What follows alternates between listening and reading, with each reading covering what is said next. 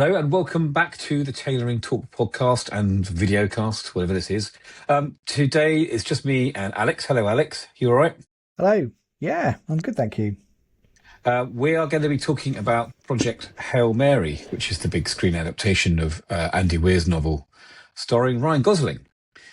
We've both obviously seen it. Alex has also read the book. So this will make an interesting kind of comparison because I've not read the book, although I do own it. It's in my backlog to read along with The Martian. So we're going to be talking about this. We'll start off, we'll do this in two halves as we always do. We'll give our spoiler-free first impressions, whether you've seen it or not, and then you're safe if you're just dipping in, and then later on in the episode, we'll move into full spoilers and get into the details properly. So this is your warning in advance. We'll do first impressions first. And we'll let you know when we hit the the spoiler territory, usual thing. Okay, so for anyone who doesn't know, Project Hail Mary follows Ryland Grace, who is a science teacher who wakes up alone on a spaceship far from Earth with absolutely no memory of who he is or why he's there. And as the story unfolds, he starts piecing together a mission tied to the survival of humanity. A really, really cool concept, actually, for a film. So first impressions first. Alex, what were your first thoughts on the film? And I appreciate you're going in here knowing the story. And so I wonder if that's going to, change how you view the film. What were your first thoughts anyway? Yes, it did.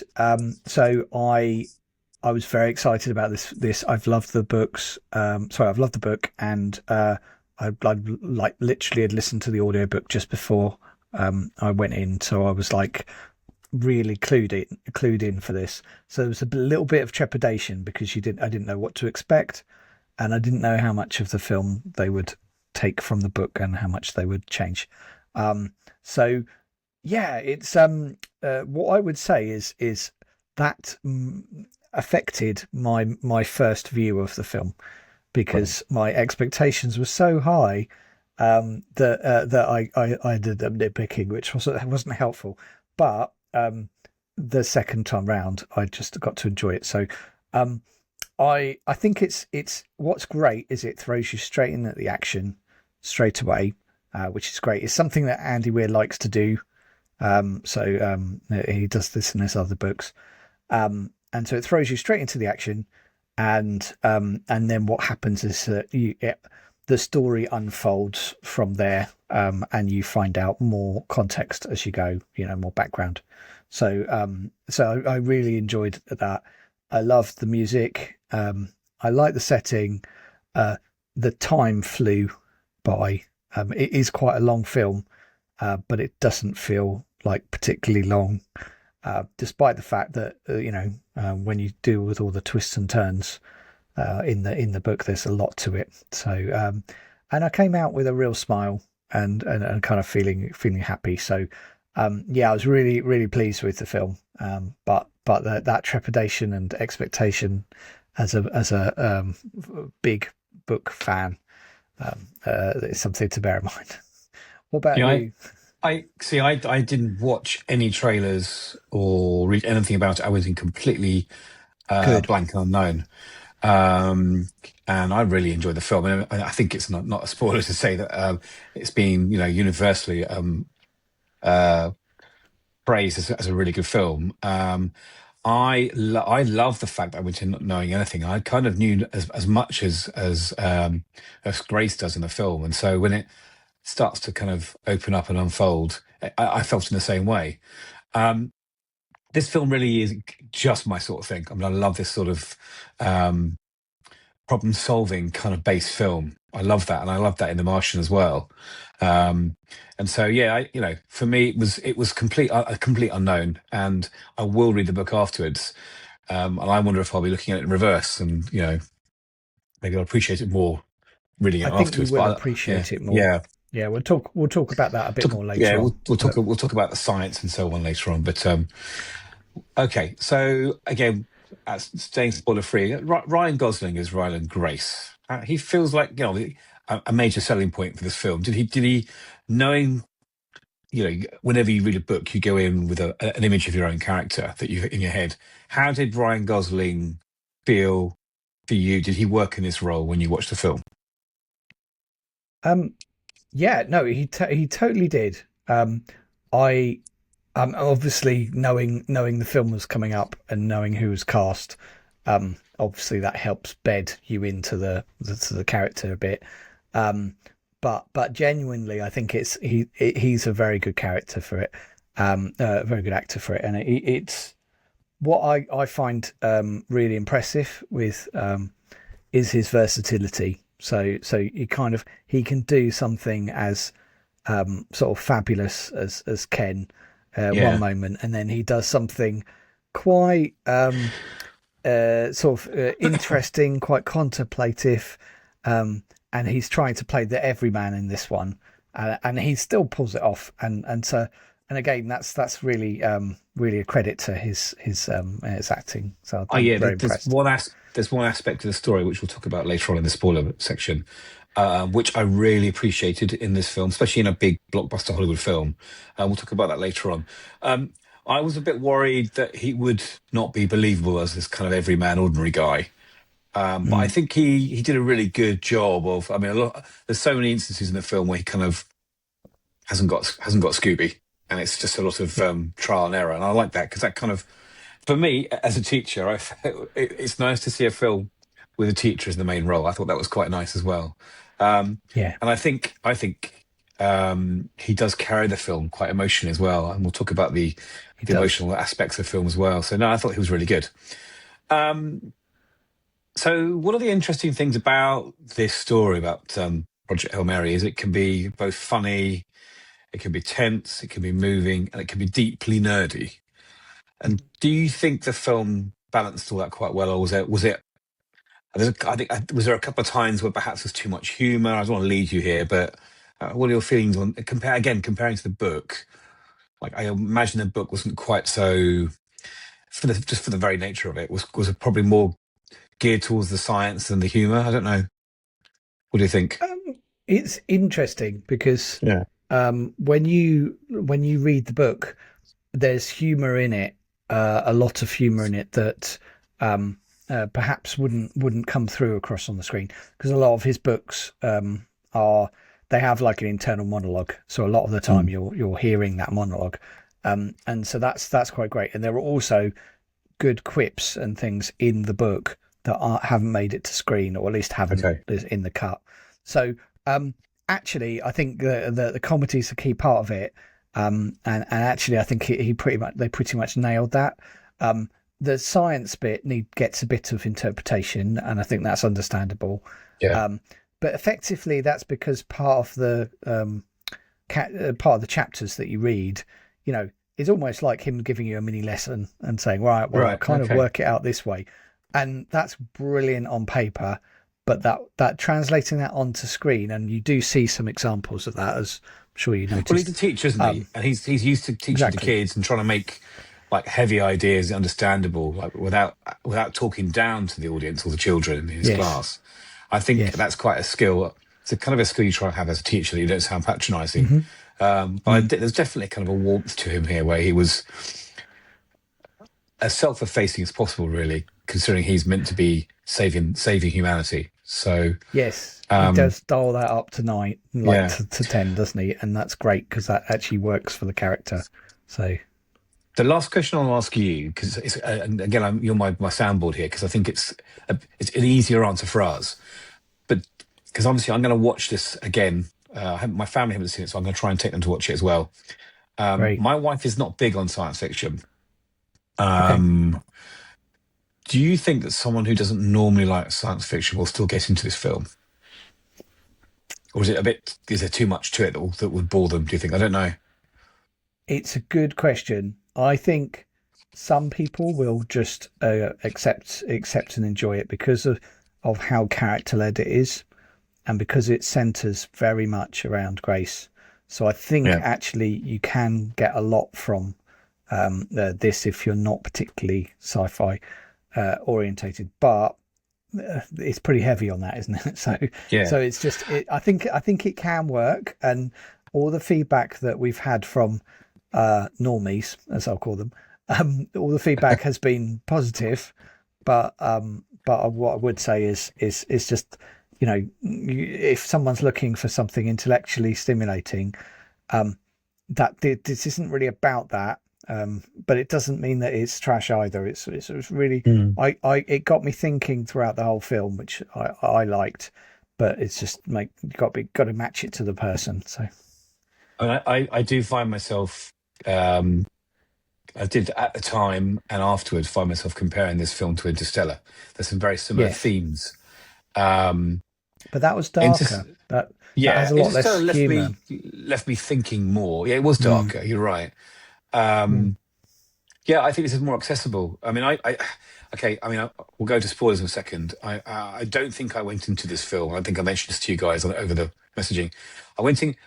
It kind of made me feel like maybe I'm a bit less emotionally stable than I thought I was with all the current affairs going on in the world. So let's discuss that. But I think we're going to have to go into spoilers for this so that we can discuss it in more depth. Yeah. So we'll do that warning now to all our listeners and watchers because.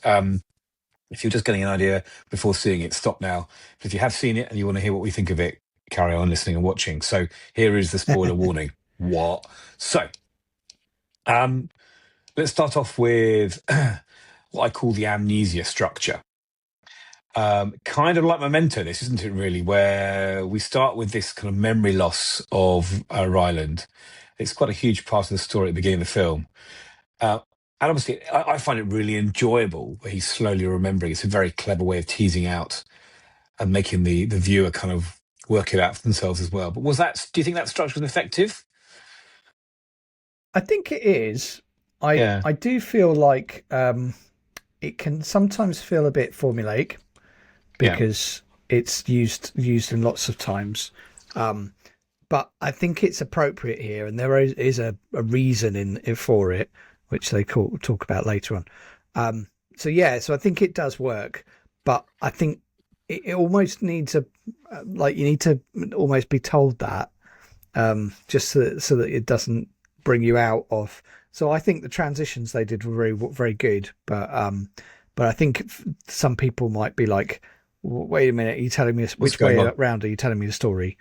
Yeah, I think because Chris it's not Nolan linear. fans would be very happy with this, wouldn't they? Oh Because god, they're used to yeah, weird time yeah, changes. yeah. But I mean, I thought the balance of the flashback worked quite well. I thought at times I don't think it was insulting our intelligence because I'll give you an example.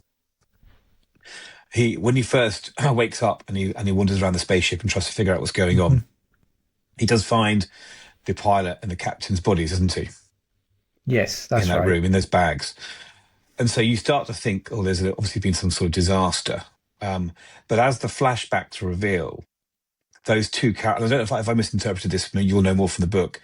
I kind of get the impression that they suicided properly.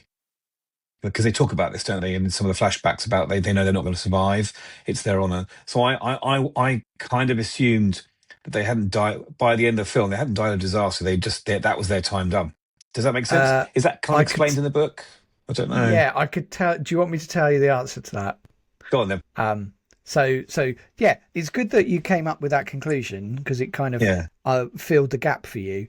The main reason is kind of glossed over, which is basically going into a coma is incredibly risky, and the chances of you waking up from that coma are actually a lot lower than you think. And so what they found was that you needed to have in the book you have to have a special gene, and it's like so just to make it even rarer. And basically these two just didn't wake up from the coma. So that wasn't on purpose then. No, and so the element around thinking about how you want to end your life is something that again feels very dark, but it's part of the planning process. And something that he gets intimately involved in. But yeah, so it doesn't quite align to the reason behind it. But I think they liked that ambiguity in the film. So I think they just kind of went, well, it could be this, it could be that. Do you know what? We don't need to answer it specifically because we'll just let people work it out. And I really like that. And I like the fact that more and more you see this in films now. I think films have matured to the point now where, because I think in the past they've worried that they're going to get bad feedback from test audiences. But Mm. I watched a Netflix film last night. Again, I don't want to spoil it too much. Called House of Dynamite. Have you seen that? I've not seen it yet. No, is it good? It's a new film from a very famous director. She directed. She's the first female Oscar winner. I forgot her name. That's really annoying that I've forgotten her name. It'll come back to me. But it's about the film is about the last 20 minutes shown from different viewpoints. The whole film is just 20 minutes viewpoints from different people in the film Hmm. when a nuclear missile has been launched at the USA.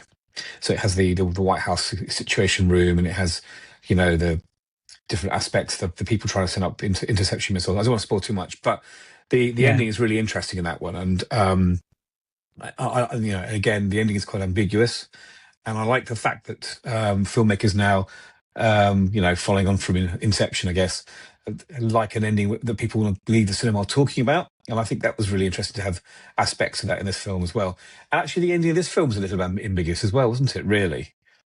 We'll come to that later Somewhat, on. yes. Yeah, Yeah, it is a bit. So we'll come to that later on. But let's talk about Ryland as the sort of the main protagonist in the film. Once we know who he really is, I mean, maybe I can ask this question: how? Because you're more intimate with his character from the book, but I just wonder how he felt about him as a character. The bit that kind of threw me a little bit, because he's not really portrayed as heroic, is he? You've got that scene where No, he does not want to go, no, and it's he's kind of not. teased out of him, and in the end, he has to be drugged and basically kidnapped onto the spaceship to go up there. Yes. I thought that was a really interesting kind of twist in the story, because every blockbuster film, the hero is a hero by choice, isn't he? He's the main character in the film, and he does all these great things. But Ryland here really did not. He was not going to do it at all. And I No, think that he's like a reluctant hero. yeah, and I think that kind of almost makes the story more compelling in a way, that he's had to survive despite all that. Hmm. But I thought that was a really interesting idea. And going back to Gosling, do you think he is the right actor to be cast this role Um, as so I as a think, school teacher, reluctant school teacher? That's the only yeah, thing I'm thinking of. I think it's so there are some stereotypes here, Yeah, because the principle is that he has had a lot of promise within the not paleontology, xenobiology yeah, field. Has a doctorate, and kind of in very specialist area, and basically, wrote a bad paper and got shunned, and then run away. That's how yeah. it's portrayed. Um, and then so running away to teaching seems like a easy way out, It's which not. I'm It's sure really you not. won't agree with It's that. really not. Yeah. But it And does. the It amount does. of people. It does help you deal with a lot of pressure over a long time, though, I suppose, which is what he has in space. But yeah, Yeah, I think what he liked was he liked the ability to go into a classroom and to have the knowledge, yeah, to be able to share that with people, without having things questioned, or the questions are, it's just fascinating questions you get from children. I'm sure you have this all the time. So I think it's portrayed as like the easy way out, whereas I think actually the reality was, while that may have been an initial thinking, the reward that he gets from that is something that actually he treasures and becomes a part of him. So I think that changes his, where how he sits in the film quite significantly. So yeah, I think it's very it's more of a complex character than you think. So that's the challenge that you have with this Ryland Grace, is that it seems like a straightforward character, and then actually you realise there's a lot more layers to him than perhaps we thought. So yeah, that's kind of how we feel about it. Um, I think we'll have John joining back in a minute. Um, So what I would say is he's not the only character that really stands out, and there are quite a few that kind of are stellar in the film, and in particular the role of Eva Stratt, who is essentially heads up this program and effectively has ultimate responsibility of the world on her shoulders. So that in itself is really impressive. So and that's she's acted by Sandra Hüller, who is I'd say relatively unknown. She's actually been in quite a few films, but the main thing is you don't see her in a lot of Western films, not recently. So and yeah, just absolutely the right character for this particular role. So just massively reserved. Oh, hey, and welcome back, John. That was very frustrating. So that's all right. You got me Sorry about monologuing a little bit about the role of Eva Stratt and Sandra Hüller's. Oh yeah, Because I think the thing is, it's kind of it's an understated role, but it's so key to the relationship that that Grace has, kind of re-engaging with the scientific community, but also it's kind of got quite an interesting level of humor that she brings to this in a really interestingly sort of quiet way. It's just absolutely well played from her perspective. So I think she definitely deserves a mention. And I think again it kind of adds that layers on top of the character. So you wouldn't have seen that, John, but you know, it makes these characters a lot more complex than perhaps you might think. I mean, Eva Stratt was brilliant in that karaoke scene, I thought. Yes. Well, that was one of the highlights of the film, wasn't it? Yeah. I think it's an unusual choice of songs. Wasn't it? Who's that boy? The boy band, Harry Styles. Isn't it a Harry Styles song she chose? I think. Yeah, it's a Harry Styles song. There's an old, but he did a cover of an older song. I can't remember the song itself, but and apparently it was all something that Sandra suggested. So basically, Sandra said, "I will sing a song. I will only sing this song. This is the right song for the film." But this is apparently what happened, and absolutely nails it. And because her character is so reserved when she sings, there's this amazing sort of, there's a mix of like warmth and bleakness that comes out of it that I just absolutely love, and I think that distills what the film's about. So you'll hear it on the trailers and you'll see it in the film when you watch it. So but it isn't in the books. There's nothing like that in the books. So it's just it's a really good example of what they've taken from the situation and they've gone, that won't work here, but this will, and then they've made it work and they've gone, oh wow, you know, that's perfect case of them adapting it a bit. So we need to talk about Rocky, obviously. Oh yes. Now, again, I have no idea what Rocky is like in the book. I'm guessing the feeling that Rocky in the film is quite different to the alien in the book. Is that correct in terms of the look and how it's described? To be honest, it's quite a hard character to sort of describe. So actually, he's pretty accurate to what the book says, but you can't picture that in your mind very easily. Whereas as soon as you see it on screen, you're like, oh yeah, of course, that's what it looks like, and so that totally makes sense. But in my mind, I was thinking of a much more spider-like sort of creature, much more flesh-like. And actually, they really went onto the over on the stones and like the stony body and everything. So there was it very much felt like a rock, which was quite literal, really. But I very much enjoyed the scenes where Ryland was drawing like a sort of the diagram of Rocky and his interior, and it was all hand drawn, like a a note. It was really good. I really enjoyed it. And I think whoever worked on the art direction in this film and the set design and so on, did a very good job. And obviously, Rocky is a combination of a puppet and CGI. The CGI is mainly to remove the puppeteers. I think this was a really good decision. I think this made the character much, much more relatable than a CGI character.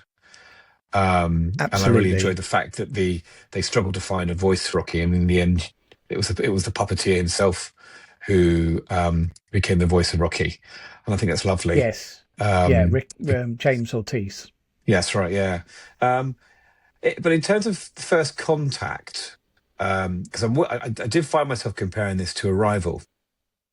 Oh yeah, because obviously that makes sense. The whole, again, if you've seen Arrival, great. If you haven't and you don't want to be spoiled, just stop listening. But Arrival, the film is about language, isn't it, more than anything else? And it's a lot of the main plot of the film of Arrival is how the characters learn the aliens' language. Whereas in this film, it was quite quickly done using, I imagine, some sort of AI program on a laptop. That's the intention. Yeah. I think it did feel, and it didn't concern me at all, but it did feel like a lot of poetic license was given to the learning of the language. I mean, I think it would have been much, much harder culturally to make those references. But I think they wrote it, unless it was a lot of Andy Weir's writing himself, but it was very well written to show kind of how that language developed. And I think the chemistry between Ryland and Rocky just really carried the film. It's interesting, isn't it, when filmmakers can make you actually feel emotionally connected to a puppet in this case. And so I think this friendship was the emotional center of the film, and I think this is what made I would blob my eyes out during this film. I said before, I don't know if I was emotionally stable enough to watch this film, but it was just the chemistry was so good. And I don't know if they had to sort of, again, teeter on that balance between making Rocky endearing and not making him turn into a sort of comic relief character. I don't know how you felt about that. I think so. One of the things that is Andy Weir has some great sort of ways of making the characters emotionally connected to you. And so, like, obviously, that's relatively easy with Ryland Grace. But what do you do with an alien that is not humanoid? How are you going to make that relatable? And so I think this is a great way of doing that. And what's interesting is basically that in the book they nail that bond just as much as they do in the film. So there's a good background writing to work from. That's what they had to start with, but it's also what they had to keep. Like, they had to make sure they didn't affect that and change that. And so, like, the whole giving him a voice was an interesting one. And I love the not Barbara Streisand's, Meryl Streep. I loved her cameo. That was amazing. I was just like in stitches. But again, it was more just about giving a richness to something that is a naturally artificial sound. And I think again the humor comes across on that, because you think that you could add the grammar and things like that to what they've said, but they kind of deliberately don't, to make it humorous and to make it warmer, and it works perfectly. Jones worked around that as well, didn't they? As well, with the dialect in it. The audiobook's particularly interesting because the audiobook actually includes some of the sounds from the film. Initially so not from the film. No. So but obviously when Rocky is talking initially, there's like this harmonic sound that kind of comes through from him, and that's the bit that needs to be translated. And that's cool. So that's actually present in the audiobook, and gives it a lovely sort of sound whenever Rocky is talking, because you hear that underneath the audio, so you speech. Read this with an audiobook rather than a written book? Yeah. I've listened to the book. as well Was as it abridged or was I, it the full version? no, it's full version. Yeah, it's on Okay. Audible. Oh, And cool. in fact, I've read the book as well. And obviously the book doesn't convey all of that, so it's an interesting. Sure. If you haven't done the audiobook, I would recommend it, if only for the convenience, but also Yeah. because you get extra in this case, Cool. and it You've done all adds the to the different forms of media now, haven't you, for this? Goodness me. Yeah, I got a bit obsessed because this came out just it was a little bit after, just as COVID was kind of calming down a bit. Right. So I needed something to kind of look forward to, and this was it. So Okay. What I'd like to talk about next is the thing we mentioned at the beginning of the podcast, which is the mhm, science of the film. I have mhm. fallen down a bit of a rabbit hole, not a wormhole, a rabbit hole of Nice. various YouTube videos of different people looking at the science. And I think, who was it? My son came back from school saying one of his friends said they were very annoyed with the centrifuge that he uses to spin some liquids around. He's doing the astrophage experiments Yeah. because he puts all the test tubes on one side and doesn't balance the centrifuge out, so it would have spun off the table and smashed. So, which Yes. is a very, very, very, very small nitpick at all. But I mean, the video I watched was the science of the time dilation and the time it would take him to get to the Hmm. astrophage star in this. Yes. And it was a really fascinating YouTube video, just showing how Andy Weir had worked very hard at making it as real as possible and scientifically Yes. correct. Although this YouTuber did actually contact Andy Weir, and Andy Weir said he took some liberties with science to make it fit around the plot, but not very much, if that makes sense. But Yes. I mean, I love the problem solving in this, and I thought there was enough aha moments in this film to make you keep wanting to watch it. But how did you feel about the science? So there's more in the book, is all I Right. can say. Okay. But actually, yeah, you're right. I think the thing is, when you're thrown into this situation and you naturally have an inquisitive, science focused mind, you naturally lean on that when you're Yeah. trying to solve the problem, and that comes up with some great sort of solutions and great ways of tackling things. Um, and that's good. It's really hard to do that on your own as a character basically in space with no one to speak to. It's Mm. really hard to kind of like share that without just talking to yourself. And so I think he did a good job of. There was a fair bit of that, but I think he did a fair bit of like actual physical stuff and Yeah. and noises and enough to convey that it was. It's like, oh, I'm going to try this, but Yeah. it was just enough. Whereas obviously you don't have that issue on the book because you can monologue as much as you like. But I loved how he looked into things, and I really enjoyed the science of it as well. And what's nice about Andy Weir is he kind of knows what to take liberties on and what not to. Mm. So he did the same thing with Martian. He was kind of like, there were some bits where it was like, there's a little bit of creative license here. And then what happens is everyone nitpicks that and they Yeah. completely ignore the like obvious thing of like, you know, we've just talked about aliens and you're not even questioning that. No. You're Yeah. questioning about centrifuge. Come on, guys. Yeah. So it's fascinating. Yeah, it's funny Yeah. to see it. But yeah, you're right. That's one of the things that comes up. It's like, look at all of the cases where it was slightly wrong. What's I mean, interesting is yeah, Ryan the probably didn't astrophage. even know. Yeah. No, exactly. Yeah. Yeah. He wasn't. It's not He just learned really the script. important. Well, Yeah. I mean, for Ryan Gosling, there's a massive challenge here because he's got to learn this quite complicated script. He's also got to deal with the fact he's talking to himself, essentially, really, isn't he? He's talking to a Hmm. puppet. He's having to visualize a lot of the stuff that he can't see, although a lot of the effects that you see in this film are practical effects, like the scene where he's looking into the infrared, into the star, Yes. and you see all the astrophage glittering around him. That was real. That wasn't CGI. They used particles floating in space and used a Bokeh effect. That wasn't done with Yes. CGI, which I think is amazing. Again, adds a kind of a reality and a depth to it. But with all those things, he's not going to worry about science, is it? He's just worrying about presenting a very good character in the film No, and his job is the catharsis, character, and Yeah. yeah, exactly. And I think the thing is, what's nice is that like him and Andy Weir like are aware of these things, but they don't let that get in the way of No. telling a good story, and that's the key bit.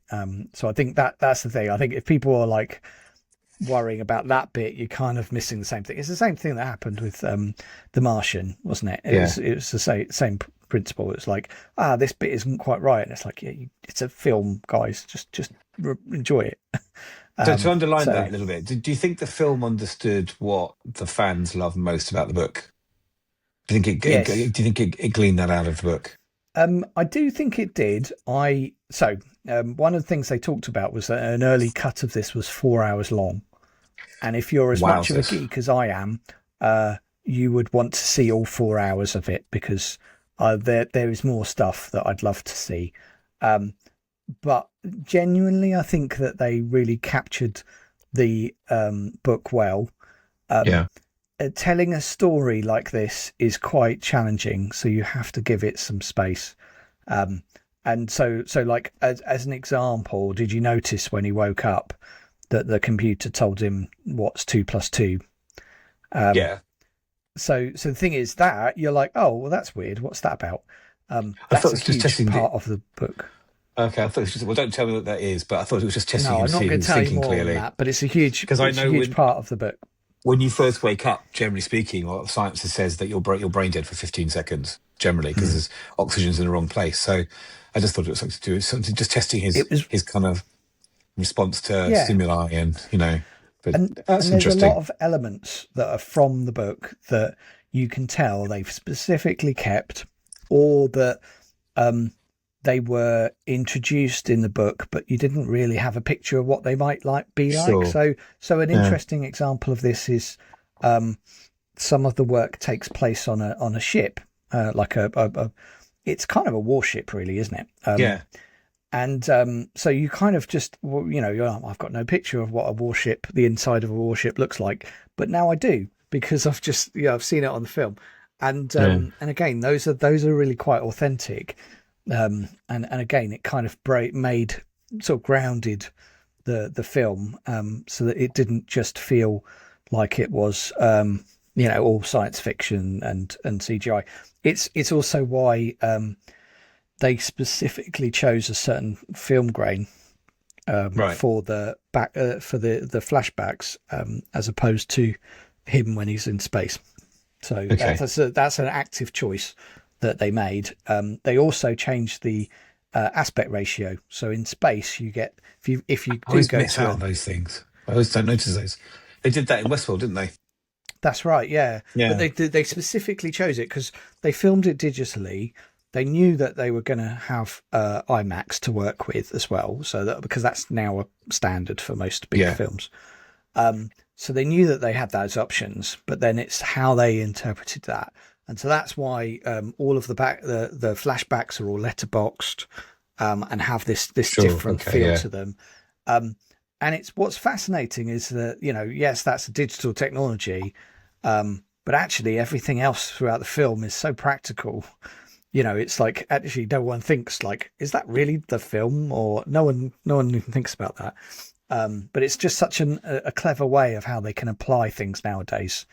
So Yeah. it's really, really good use. They've clever use of CGI here has really helped.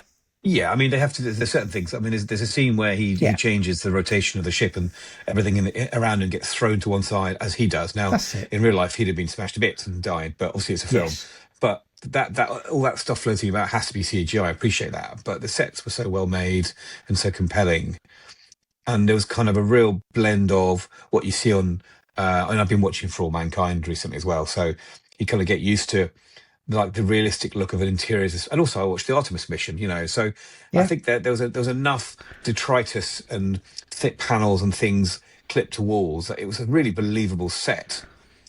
Yeah. You What know, was good is there's a really good so Tested and Adam Savage do a really good breakdown of that oh yeah, particular of the cockpit and basically explain how it works, and he goes and looks at it as well, which is fascinating. yeah, And what's interesting is there's a lot more bits to it than you think, and they're real buttons, they're really tactile, and then the whole thing has to be able to look like it's working, obviously for film, and then parts of the parts of Structure. the chamber need to be lifted off in order to get the camera and Yeah. that. So they're not there's not, and so that I really appreciated, because it was like you could have just sat in a room, like you could have just sat in an enclosure like a with volume green or something. screen, and Yeah. exactly, and you could have done it that way, and they chose not to, and it just adds to it. It gives things a real grounding, and it has a reality to it. There are other bits that don't feel like that, like Rocky's spaceship, but that's fine, because none of us are questioning that. But it's it feels real, and that's great. I love it a lot. I think what was really, really mature decision, and I don't know if it's the same in the book, but I really love the fact that Ryland and Eva Stratt do not get it on. I think that most Hollywood films, they'd have had those two, and it was kind of almost wouldn't it at one point. And I love the fact that it didn't happen, and because not every story has to be a love story, does it? And I thought that was really a really good choice to not have some sort of Hollywood coupling up in the film. I thought that was really a good choice to make, and I presume the book was the same. So in the book, there's a kind of, I wouldn't, like a coldness that Eva Stratt has, and kind of making her difficult to approach. The kind of, but the thing is, her point of view, she's sending this guy to his death, isn't she? This is it, yeah, exactly. And so it's really interesting how they bring some warmth to that character, both in the book but also in the film. I think they do a great job of bringing that warmth. Clearly the two of them have a connection and they recognize things, but it's more of a mutual respect, and it's kind of, they both have different roles to do, and obviously we don't realize her role, ultimate role, until later on.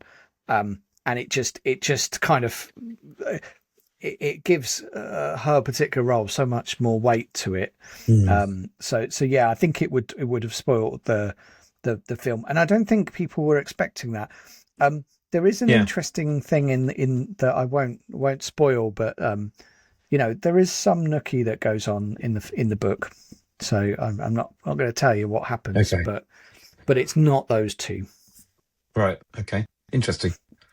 Okay. Before we give our final opinions, star ratings, or whatever for this film, a couple of questions for you, hard or difficult. Project Hail Mary, better as a film or as a book? Oh, that's very hard. I like them both. Part of me is always going to love the book. It's the kind of thing that I can just put back on, like yearly. I'd say I've listened to it since it was out. Wow. And I suspect I'll probably put it on. It's just an element of, like, it's just an antidote to the things that are going on, and sometimes you need that. So I think I'll go with the book. Yeah, I think I'll go with the book. That's why I got so upset at the film. The hope, the fact that these two characters from completely different societies can meet and be friends, and not just argue or go to war, especially in the times we're in right now. And the fact that there was a solution at the end that helped everyone. Just that, I just kind of wished I was there and not here, to be honest, when I watched this film. Yeah. Rocky, one of the best recent sci-fi characters. Yes, I'd agree with that. Yeah, I'd definitely agree with that. A lot of personality. Some people are saying this is the best pairing since R2-D2 and C3PO. But we'll have to see about that. Does this film then belong in the same modern sci-fi conversation as Arrival, Interstellar, and The Martian, do you think? Yes, absolutely. Yeah, it totally does. I think it has to be a little bit more mainstream than some of these. But I actually think it does a great job of weaving that and making it accessible. So yeah, I definitely think it's one of those things that doesn't leave you filled with, like, I don't get it, or it's not like a Tenet or Arrival where you're like, some of you will go, wow, that's amazing, and then others of you will go, but doesn't that mean something else? You'll come to the end of it and you'll be like, yes, I have questions, I want to know more. but yes, I understand it. I like it. I love that bit. So yeah, no. Let's go to Hollywood. Obviously, I mean, we'll do our reviews and our final verdicts in a second. But this is obviously a very successful film by now. Yes. I don't know if you know the actual figures. We normally talk about takings, but don't worry too much if you haven't got them in front of you. But do you think this is going to very much help the creation of more science-heavy blockbuster films? I mean, we talk about hard sci-fi, and hard sci-fi is something like Solaris, which is or very inscrutable. But having more blockbuster movies which are kind of much more science-heavy, do you think we'll see more of these like this? Does Andy Weir have any more books up his sleeve that he can use, do you think? Isn't there one who's written about the moon? Yeah. So I do think that there'll be more sci-fi. I think part of that is to do with the fact that we've got the Artemis, we've Yeah. got lots of people and focus on people going into orbit and stuff like that. So I do think Mm. it's going to happen a bit more. Um, so yeah, definitely, I think there will be. I don't know if there would be a sequel to this. Oh, no, Um, no, I wasn't I asking that. No, I do I think don't think there that should be. Andy Weir has one. Yeah, So he has a book that Artemis, which has been optioned and is in right. pre-production at the moment. So I think that's coming. That's quite different. So like I think it will be a bit of a Marmite film for people. Sure. But I absolutely expect there to be more and more sci-fi. For All Mankind, for example, on Apple TV is just like Brilliant. absolutely on a roll at the moment, and I Yeah. feel like that's where we're going at the moment. Okay, so finally, Alex, let's give our score. We'll do a score out of 5 for this, because obviously this is Right. very much a focus on the film. I'll start with you. I think I would give it a 5. I can't give it any less. 5 out of 5 stars. Yeah, It's very well done, and I yeah. just love watching it. So Yeah, I'll give it a 5 out of 5 as well. I mean, it's one of the best sci-fi films I've seen in many years. And I know this because um, normally I'll wait. If I'm going to buy a film after it's been out, I'll wait and get as it reduces in price. But I'm buying this as soon as it comes out, so I can rewatch it again and again. And I'm hoping yeah, that it will come with a lot of extra features for the background, the making of, because even the making of this film is a really interesting kind of story as well, isn't it? So, yeah, absolutely. It'd be really okay, interesting. I mean, it's done very well. It's over hit 500 million now, so okay, right. it's definitely a It's a very success. bankable film. Yeah. Okay, so I know that Bobby has seen this film as well, and he might chip in with an extra bit here. I don't know, Yes. but what we need to ask you, really, boys and girls who are watching this, is if you've seen it, what do you think? By all means, chip in and let us know.